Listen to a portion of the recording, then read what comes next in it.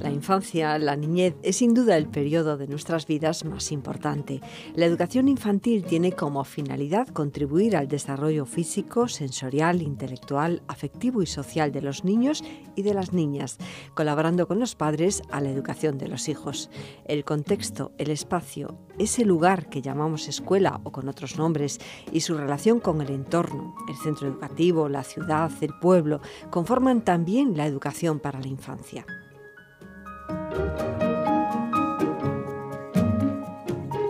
Desde distintas perspectivas nos acercamos a los contextos y actividades que pueden contribuir a la calidad de la educación en esta etapa fundamental para el desarrollo del ser humano.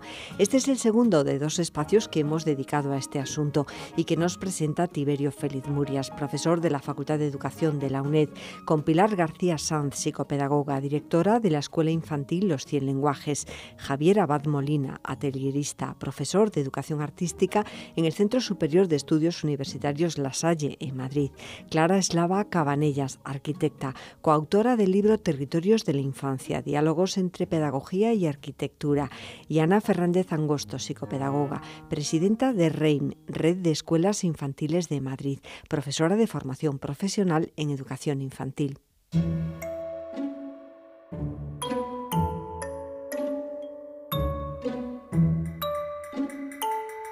Tiberio Félix Murias.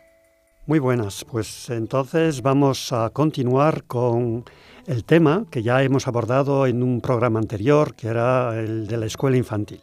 Si recordáis, la última vez estuvimos ya aquí con Javier Abad, con Pilar García, con Clara Eslava y con Ana Fernández. Seguro que os suenan sus voces cuando los volváis a escuchar ahora. Una cuestión que abordamos el otro día era precisamente el tema de la concepción del niño, el tema de la importancia de los espacios. Todo eso nos lleva, evidentemente, todo eso es relevante porque tanto si soy niño, como si soy padre de niño, como si soy educador, como si soy responsable político que tiene que organizar, como si soy formador que tiene que preparar, ¿no? Formar a los futuros educadores o profesores, me interesa para saber qué tiene que hacer ese profesor, ese educador, esa persona que va a trabajar con los niños. Así que os voy a poner sobre la mesa el tema de la actividad, que me parece, por lo tanto, muy vinculado a todo lo que hablábamos el otro día, pero también que tiene que ver, evidentemente, con la concepción del niño, con las concepciones metodológicas, con los principios didácticos que queramos poner en práctica. Y aquí invitaría quizá a Pilar, que era nuestra directora de escuela. Pilar, ¿cómo ves tú la actividad? Recuerda también que nos está escuchando todo tipo de público, no solo profesionales. Si tuviéramos que sintetizar así de cómo deberíamos imaginar o cómo imaginamos, ¿no?, con las experiencias que se están llevando a cabo la actividad en el aula de infantil. Bueno, pues partiendo del concepto de aprendizaje en el que nos situamos en un concepto de niño y, por tanto, como tú muy bien has dicho, también de eso se deriva un concepto de aprendizaje. Y para nosotros el aprendizaje es un proceso de construcción activa por parte de cada criatura. Por tanto, es un proceso en el que nosotros lo que hacemos como adultos es prepararles un contexto muy rico para que puedan tener experiencias, que estén al nivel de sus capacidades y de sus posibilidades. Pero el aprendizaje nunca será, desde esta concepción, algo que se dirija desde fuera, sino es algo que el niño construye desde dentro. Y lo construye con 2 recursos: su propia actividad autónoma, como decíamos, y el contexto del que hablamos en el programa anterior, del contexto de aprendizaje, que son los espacios diseñados, bien preparados, bien estructurados y bien pensados para que el niño, a través de esa actividad autónoma, vaya siendo constructor de su propio proceso de aprendizaje. Javier, ¿cómo lo ves? Pues creo que Pilar lo ha explicado muy bien. El concepto de la actividad creo que tiene que ser cuestionado porque muchas veces, y hablo de una situación real, ¿no? Puede en educación desembocar en lo que llamamos el activismo. Quisiera explicarlo brevemente. Muchas veces en las escuelas y luego en otras etapas educativas, el hacer por el hacer o simplemente saturar al niño de actividad, pues sinceramente no es lo que el adulto puede ofrecer.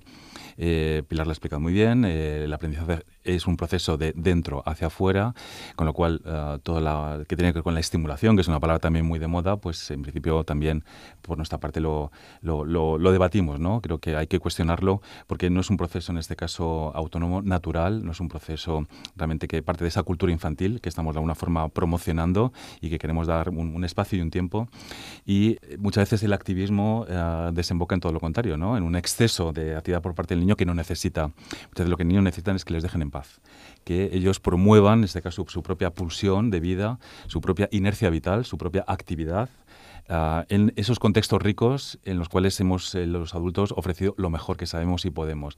Y a partir de ahí es el propio niño el que toma decisiones, esas decisiones en relación a otro, y muchas veces son ellos los que gestionan el tiempo, el espacio, en este caso desde nuestra confianza, nuestra mirada y nuestra empatía, como también dijo nuestra compañera Ana en el pasado programa.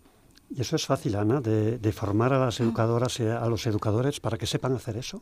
Pues bueno, es complicado. Efectivamente, yo con mi experiencia como educadora infantil y también como formadora en escuelas infantiles, pues sí que es verdad que te encuentras con la realidad de que tenemos un proyecto educativo, que tenemos que seguir unas programaciones, que tenemos una inspección que nos revisa esas programaciones y que tenemos unas rutinas y una jornada pues que a veces parece que desborda y que no da para más.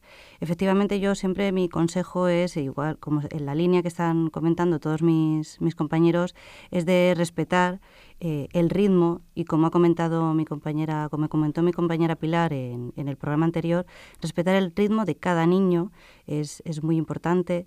Yo creo que uno de los consejos de cara a las programaciones y más, y que nos permite todo esto, sería el poder trabajar por proyectos en 0-3.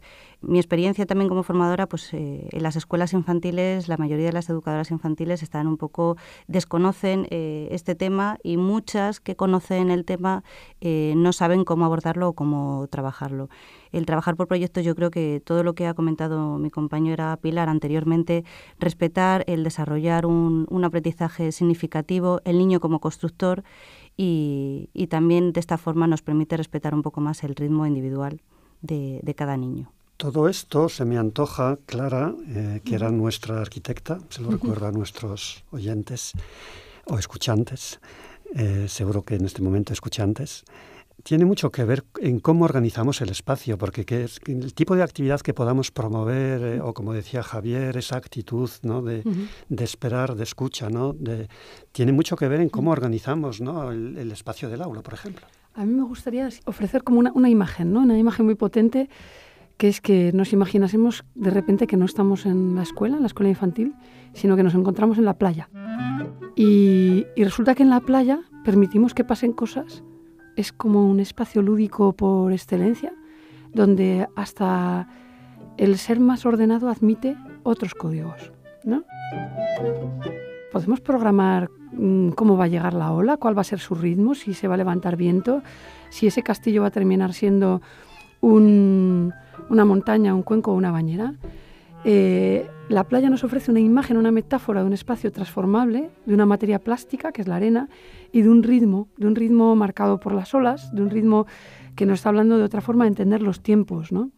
Que de alguna manera al final los espacios son los tiempos, que era algo que, bueno, Alfredo Yuelos, ¿no? Pedagogo que no sé si nos estará escuchando, pero yo le escucho a él, nos hablaría siempre de escuchar los tiempos de la infancia, ¿no? De no pretender que una planta crezca más rápido de lo que debe. Si le echamos más agua, la encharcaremos, ¿no? No tenemos que proponerle más actividad, sino escuchar esa actividad que decía Javier con sus tiempos y sus ritmos, y generarnos quizás a nosotros mismos una metáfora que nos permita, como decía Ana, desentendernos de la presión de los programas para estar en la playa, ¿no?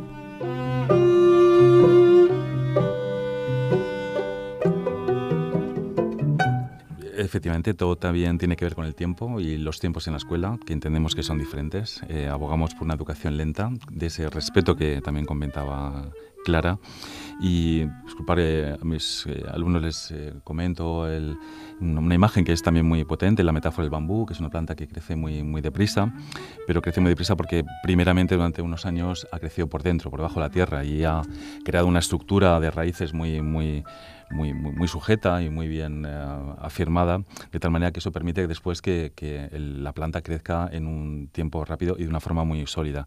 Es una metáfora que tiene que ver con la educación, porque muchas veces a los niños se les exigen esos tiempos que den cuentas de su rendimiento, ¿no? Y de lo que están haciendo o aprendiendo, y los tiempos en la escuela infantil tienen que ser distintos a los que están ocurriendo fuera en la sociedad, porque básicamente el respeto a esa individualidad, a ese propio ritmo de los niños, tiene que ser un código que había que respetar por parte de los adultos, porque somos, sin darnos cuenta, muchas veces invasivos y les llevamos a nuestros tiempos. En esos tiempos realmente casi conseguimos un efecto contrario, ¿no? Que es muchas veces el estrés de los niños, el malestar por no el bienestar, y generar en este caso casi una experiencia negativa de la escolarización, cuando tiene que ser una experiencia placentera, una experiencia de convivencia y una experiencia de bienestar, que realmente lo que estoy seguro que nuestras compañeras aquí hacen en su práctica educativa y por lo que de una forma pues estamos convocados. ¿Es así, Pilar? Comparto absolutamente lo que acaba de decir Javier y lo que ha dicho anteriormente Clara.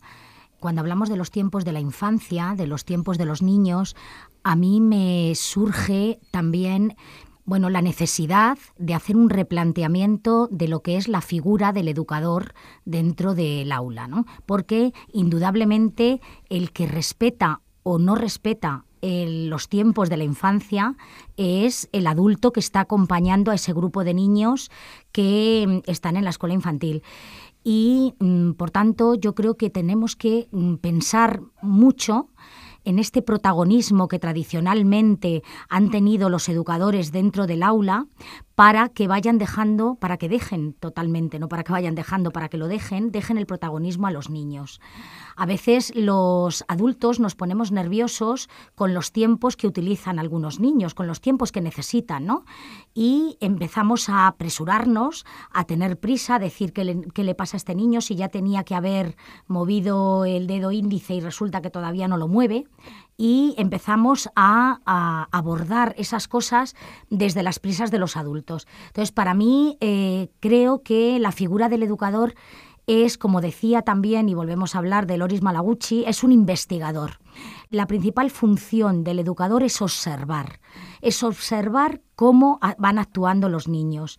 Y a partir de ahí, ir respetando esos tiempos que cada uno necesita para construirse internamente y para construir su propia identidad, ¿no? Y para eso solo es necesario un adulto que esté muy bien formado, es decir, que conozca muy bien cuáles son los procesos de desarrollo de los niños, que sea capaz de interpretar lo que los niños nos están diciendo con sus acciones, que sea capaz de respetar esos tiempos que cada uno necesita para desplegarse, y con eso estaríamos favoreciendo el desarrollo personal y único de cada criatura.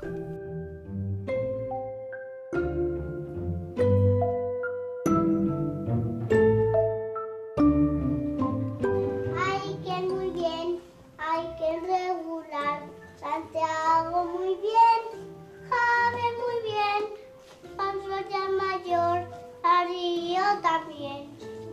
Santiago muy bien, Javier también, Toño ya mayor, y Alejandro también.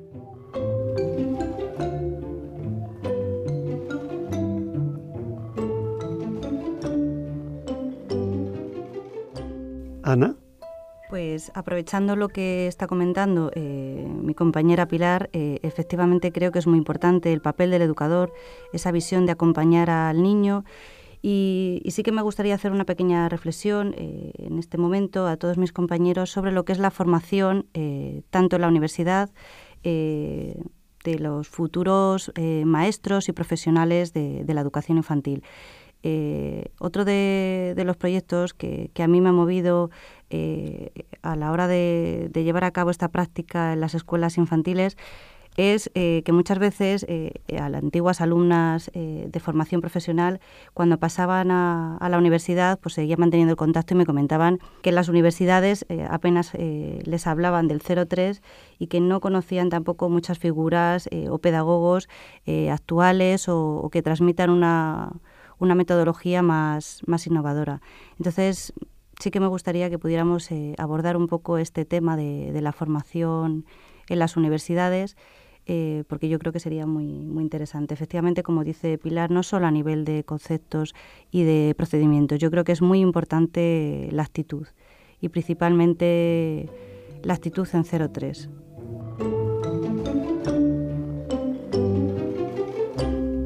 La actitud, ¿a ti te suena de algo, Clara, esto, de la actitud? Sí.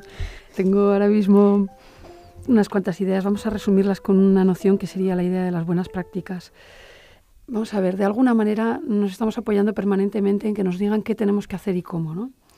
Entonces, quiero que me digan cuántos metros cuadrados tiene el espacio de acceso a una escuela y cuántas unidades de váteres y de lavabos, o esto es algo que ya puedo saber, es un dato que hay que tener en cuenta, y a donde tengo que ir es a una actitud de buenas prácticas, no solo en pedagogía, sino en el diseño de los espacios.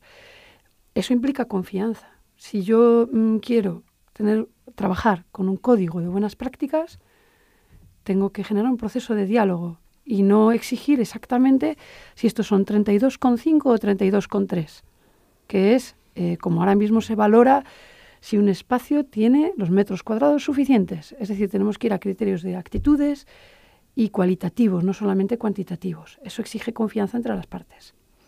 Y la confianza implica ética y política, porque si no, quiero decir, no podemos ir a un código de buenas prácticas y quedarnos con que la sala de 30 metros cuadrados acaba teniendo 15 tampoco. Bien. En una cuestión de actitud creo que hay un tema absolutamente básico que es sorprendente. En realidad, si imaginamos que pensamos de cero, ¿cómo puede ser que en un clima como el nuestro, el espacio exterior de una escuela sea un espacio residual? En la mayoría de los casos, la periferia, el pasillo alrededor del edificio, que quedó porque la normativa urbanística señala un retranqueo de la alineación de fachada, ¿no? Es un término arquitectónico, pero creo que se entiende, en el cual generamos una duplicidad, que por cierto es un gasto añadido, entre una valla, una cerca, una tapia. Esa tapia que Loris Malaguchi de nuevo decía, l'occhio se salta al muro, el ojo de la escuela salta el muro, salta fuera de la escuela, que dialogue con la ciudad, una tapia que sobra, ¿vale? Una tapia que sobra y que hay muchas maneras de resolver los límites. Y una de ellas es que el espacio exterior sea un espacio protagonista en las escuelas, que sea un espacio principal, poroso, que atraviese la escuela y que la conecte con la ciudad, ¿no? Que es uno de los lugares donde mayoritariamente nos encontramos con las escuelas.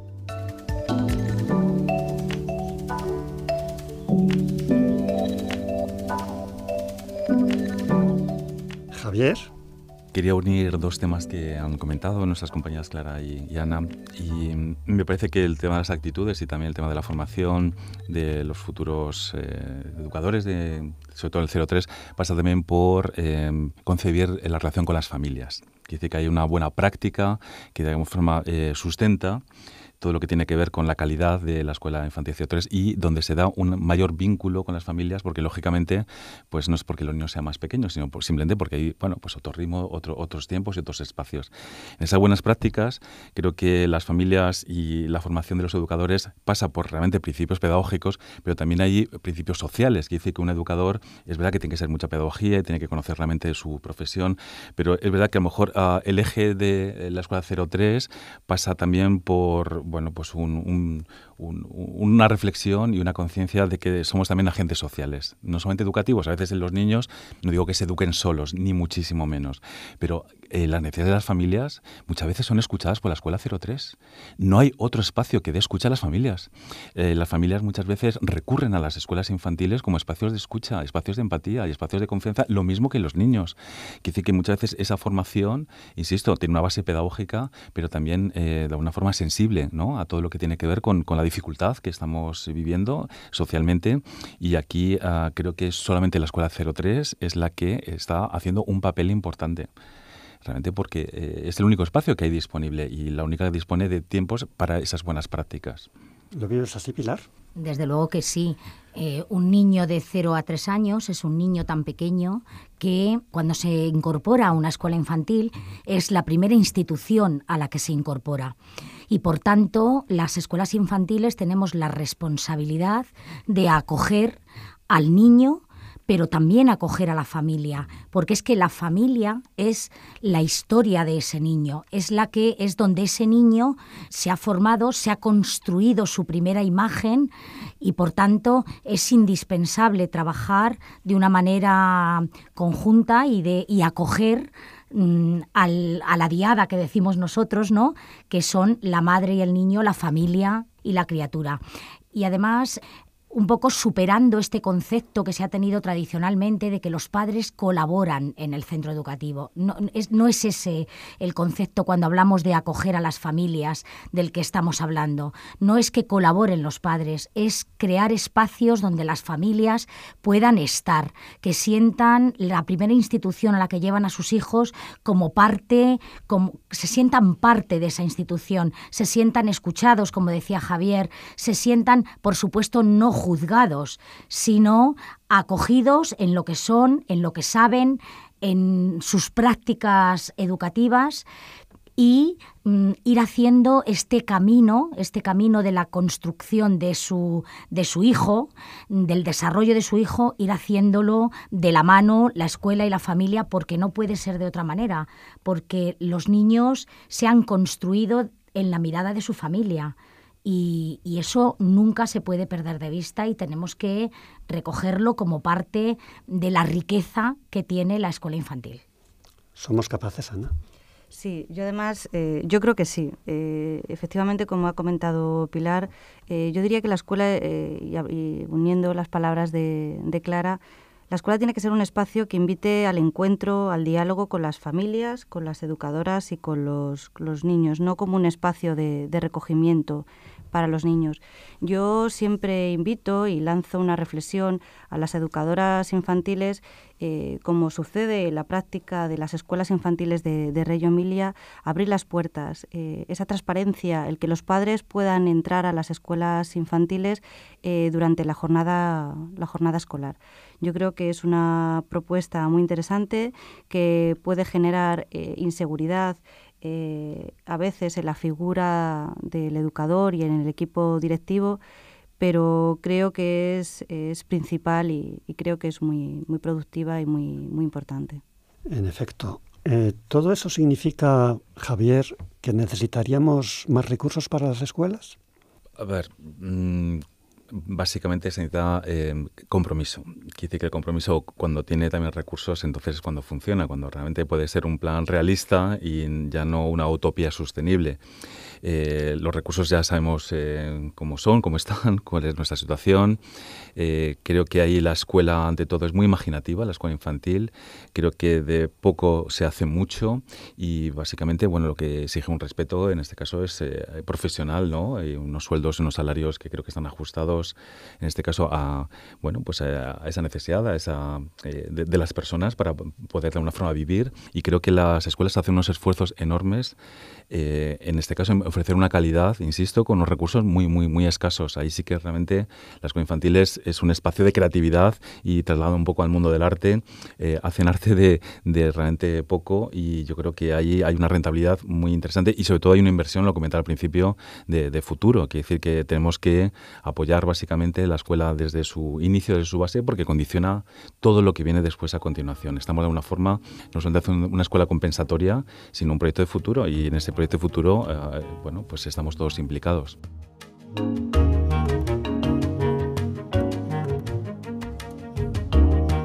Como dice Javier, Pilar, ¿podríamos decir que vale mucho más de lo que cuesta? Por supuesto. Vale muchísimo. Y a mí, cuando hablamos de recursos, no lo centraría en recursos materiales, que son importantes, ¿no? Pero lo centraría más para hacer una escuela de la que estamos hablando, de la que decía Clara, de las buenas prácticas. Se necesitan recursos materiales, por supuesto, recursos espaciales, por supuesto, pero también se necesitan recursos formativos.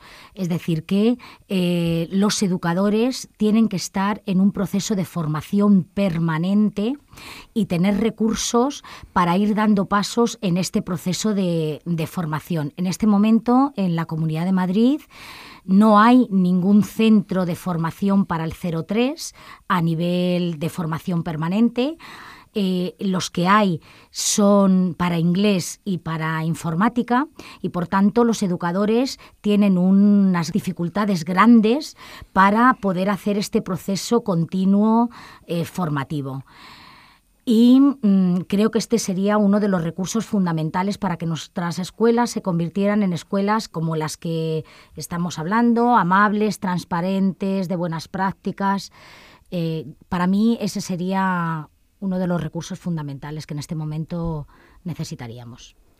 ¿Qué añadimos, Ana? Que ya tenemos que ir cerrando.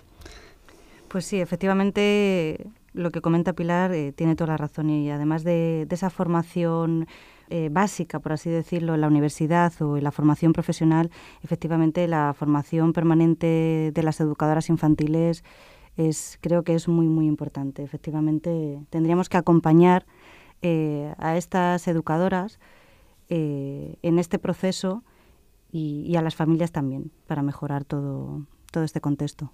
¿Clara?